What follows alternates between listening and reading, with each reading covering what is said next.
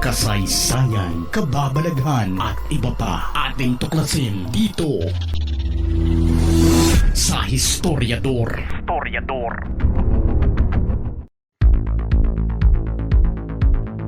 Dahil sa nangyaring sobrang pamamahiya, pag-aalipusta at pagyurak sa pagkataon ng namasukang kasambahay na si Aling LV, ay umabot sa Senado ang kaso nito at kaagad na ipinatawag ang amo niyang may gawa nito sa kanya. Gigil ang mga senador sa pagsisinungaling at pag-iwas sa mga tanong ni Ginang Franz Garcia Ruiz. Hindi may tatanggi ang galit ng ilang senador sa kanya nang ito'y isinalang sa Senado. Ako sinungaling o ikaw? Ako sinungaling o ikaw? Mali lang po yung bilang, Your Honor. O umabot ng 4 na taon.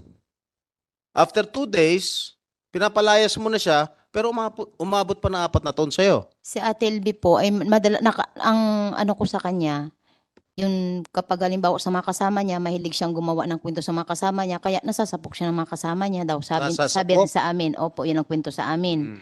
Tapos po, ang naglalagay siya ng madumi sa kapihan kasi sila po magkakasama sa likod dahil doon naman po ako nakapokus sa tindahan. At sinabi ninyo, and I quote, may something medyo may tama utak niya. Referring to Aling LV. Totoo ba sinabi mo yon? Opo. Ano ibig sabihin? Kasi po, Your Sa Honor, sinabi mo. naglalagay po siya ng mga pubic hair sa pagkain. Nilalagyan niya ng mga kalawang na pako yung mga heater kapag nagagalit siya sa kanyang mga kasamahan. Tapos daw po ay yung washing machine yun ang kwento nila sa akin kasi wala din po ako nasa kwarto nga po kami. Ay Pinabubuloanan na nga nila JM yung mga sinasabi mo ngayon sa akin.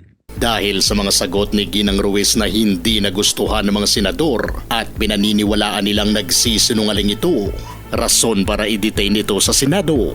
Maswerte pa si Ginang Ruiz dahil sa binawi ni Senador Jinggoy Estrada. Ang nauna niyang kagustuhan na sa Pasay City Jail ito ikulong. Sa halip ay sa loob na lang ng Senado. May we know the pleasure of Senator Estrada whether he is amenable to sticking to the original motion or to the modified motion. Senator Estrada, you have the floor. Thank you, Mr. Chair. Upon consultation with my colleagues, the Chairman, Senator Tolentino, and Senator Bato del Rosa, I withdraw my second motion to commit her to the Pasay City Jail and instead commit her here in the Senate jail. Thank you, Mr. Chair.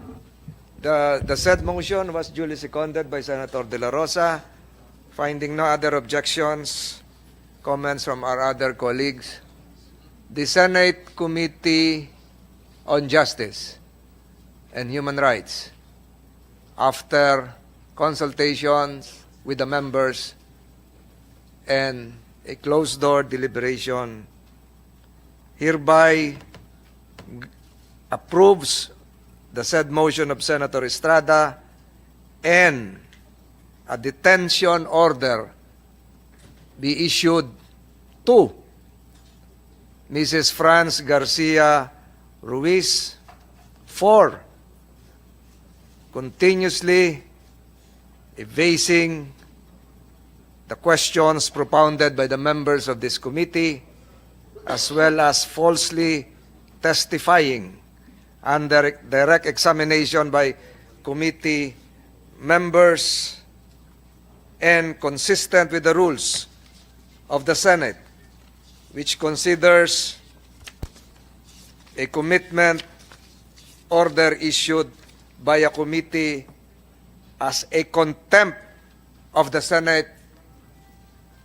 The Sergeant at Arms is hereby directed to place under detention within the Senate premises said person, Mrs. Franz Garcia Ruiz, with visitation rights accorded to his family members as well as counsel, effective today, September 19, 2023, given in open session by the Senate Committee on Justice and Human Rights. So ordered.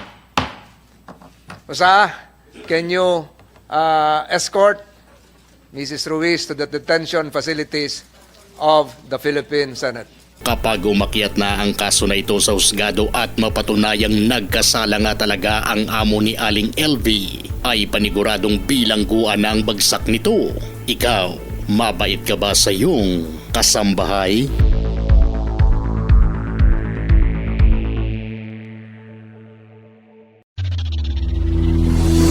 Kung gusto nyo ng mga ganitong klaseng videos, panoorin, pindutin ang notification bell, mag-subscribe at i-share sa mga kaibigan. Maraming salamat po hanggang sa susunod dito sa Historiador.